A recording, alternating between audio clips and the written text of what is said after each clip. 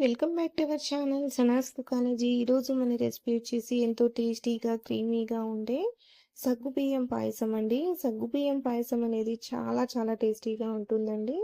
అలాగే దీన్ని చేయడం కూడా చాలా సింపుల్ అండ్ ఈజీ ప్రాసెస్ అండి. చాలా చాలా టేస్టీగా ఉంటుంది.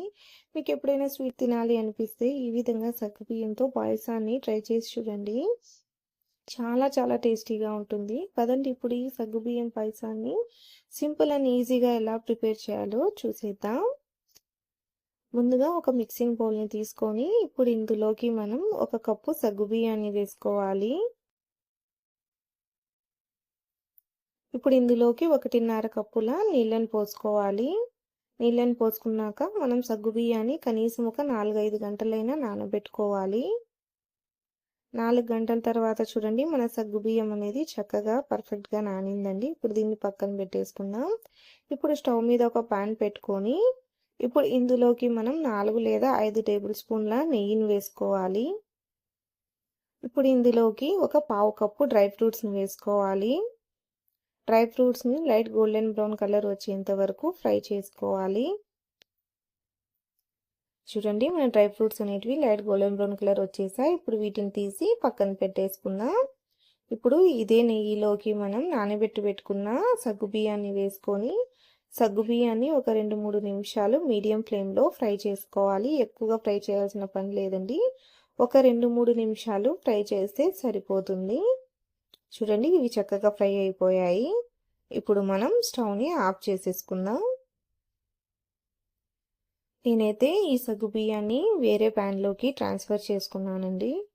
ఇప్పుడు ఇందులోకి మనం ఒక 2 కప్పుల చిక్కటి పాలని పోసుకోవాలి. పాలను పోసుకున్నాక దీన్ని కలుపుకుంటూ కుక్ చేసుకోవాలి మీడియం ఫ్లేమ్లో. ఈ సగ్గుబియ్యం అనేది ఈ విధంగా అతుక్కొని ఉంటల్లా అయిపోయాయని టెన్షన్ పడాల్సిన పని లేదండి. ఇవి ఉడికే కొద్దీ సపరేట్ అయిపోతాయి. చూడండి ఉడుకుతున్న కొద్దీ మన సగ్గుబియ్యం అనేటివి సపరేట్ అయిపోయాయి. దీన్ని ఈ విధంగా మీడియం ఫ్లేమ్లోనే ఈ విధంగా కలుపుకుంటూ సగ్గుబియ్యం చక్కగా ఉడికేంత వరకు కుక్ చేసుకోవాలి. ఇప్పుడు ఇందులో మంచి కలర్ ఫ్లేవర్ కోసం కొద్దిగా కుంకుమ పువ్వును వేసుకోవాలి. కుంకుమ పువ్వును వేసిన తర్వాత దీన్ని కలుపుకుంటూ కుక్ చేసుకోవాలండి. లేదంటే కింద పట్టేస్తుంది. కాబట్టి ఈ విధంగా గరిటెతో కలుపుకుంటూ దీన్ని మనం కుక్ చేసుకోవాలి. చూడండి మన సగ్గుబియ్యం అనేటివి చక్కగా ఉడికాయండి.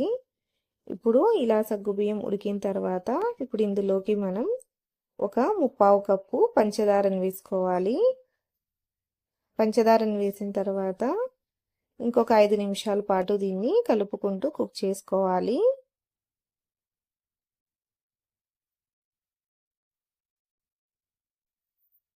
ఇప్పుడు ఇందులోకి మనం ఫ్రై చేసి పెట్టుకున్న డ్రై ఫ్రూట్స్ని వేసేసుకొని ఒకసారి బాగా కలుపుకున్న తర్వాత ఫ్లేమ్ని ఆఫ్ చేసేసుకోవాలి.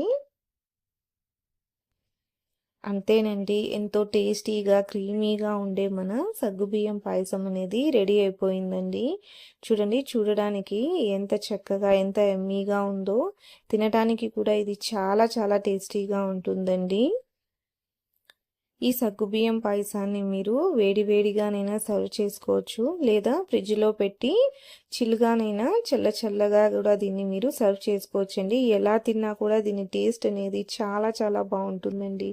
సింపుల్గా ఈజీగా ఎంతో టేస్టీగా క్రీమీగా ఈ సగ్గుబియ్యం పాయసాన్ని ఈ స్టైల్లో ఒకసారి ప్రిపేర్ చేసి చూడండి. మీకు ఈ సగ్గుబియ్యం పాయసం రెసిపీ ఎలా అనిపించిందో నాకు తప్పకుండా కామెంట్లో తెలియచేయండి. అలాగే వీడియో నచ్చినట్లయితే లైక్ చేయండి, షేర్ చేయండి. అలాగే నా ఛానల్ని సబ్స్క్రైబ్ చేసుకోండి. Thanks for watching.